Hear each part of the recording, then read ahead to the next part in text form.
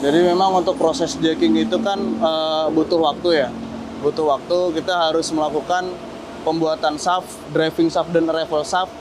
Dan itu memakan waktu sekitar 3 bulan. Dari proses konstruksi shaft itu kita tidak bisa langsung mengerjakan karena kita harus setting berbagai macam seperti lantai kerja, lalu kita setting elevasinya, kita set alignmentnya. Itulah kenapa mungkin rekan-rekan sempat berpikiran bahwa kenapa ada pagar yang tidak ada aktivitas. Itu sebenarnya pertama bisa jadi itu arrival shaft yang menunggu datangnya pipa jacking, karena kita pada saat jacking arrival shaft memang kondisinya memang harus idle.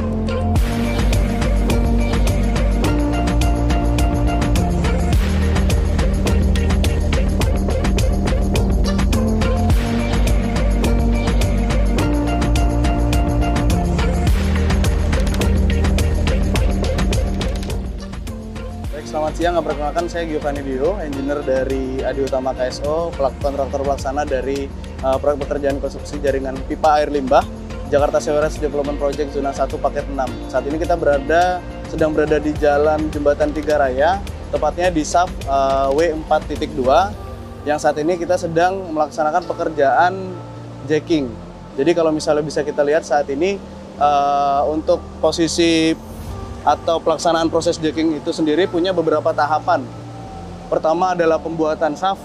Pembuatan shaft itu ada 2 tipe, yakni driving shaft dan arrival shaft.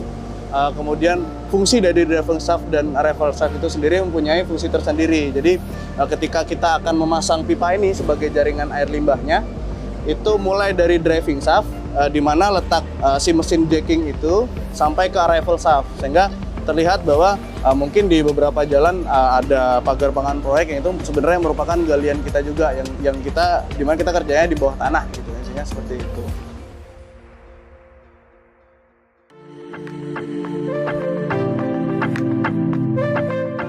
Nah, saat ini kita sedang melaksanakan proses jacking atau pemasangan pipa. Jadi pipa RCP atau Reinforcement Concrete Pipe ini diangkut ke dalam shaft, lalu kita dorong menggunakan mesin jacking berangsur-angsur sampai ke titik arrival shaft. Gitu.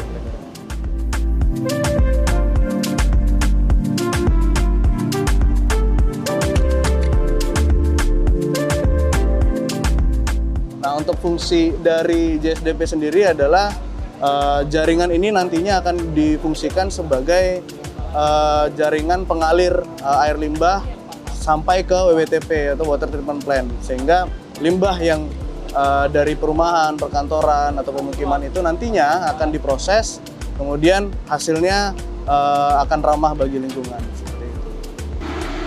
Oke teman-teman, jadi di sini saat ini kalau bisa kita lihat, saat ini sedang proses setting pipa RCP ya. Jadi pipa itu sendiri kita susun per batang pipanya, kita dorong per satu batang pipanya dengan elevasi dan atau kedalaman yang kita sudah tentukan dari awal. Kenapa? Karena memang sistem dari JSDP ini menggunakan sistem gravitasi, di mana itu terkenal dengan low budget karena kita tidak butuh pressure atau tekanan untuk mengalirkan air limbahnya. Itu rata-rata kedalaman pipanya dari 3 sampai paling terdalam itu di 15 meter karena kita menggunakan sistem gravitasi. Kemudian kenapa dipilih metode jacking dalam pemasangan JSDP? Karena metode ini sebetulnya merupakan metode trenchless atau metode minim galian. Sehingga jika kita bandingkan dengan metode open cut atau galian terbuka secara konvensional, itu akan menggunakan lahan yang lebih sedikit dan lebih efisien. Gunanya juga untuk mengurangi kemacetan, seperti itu. Jadi kalau misalnya kita bisa lihat untuk metode jacking selari ini, karena prinsipnya adalah kita membuat lubang di tanah, sehingga material itu kita ambil, kita ekstraksi, kita simpan. Tapi di dalam jacking itu sendiri kan kita butuh yang namanya air ya, air untuk lubrikasi, kemudian air untuk mengikis tanah. Nah, air itu kita gunakan sadar ulang. Jadi materialnya kita pisahkan di descender tank. Material yang kita ambil itu kita buang di disposal area, kemudian airnya kita gunakan kembali. Karena di JSDP sendiri itu ada beberapa line jacking yang memang ada yang lurus, kemudian ada yang juga lengkung atau kita sebutnya curve. Nah itu butuh waktu pengecekan, proses engineeringnya juga ketika kita buka suatu galian, kita butuh yang namanya test pit karena kita tahu sendiri bahwa di Jakarta itu utilitasnya sangat banyak.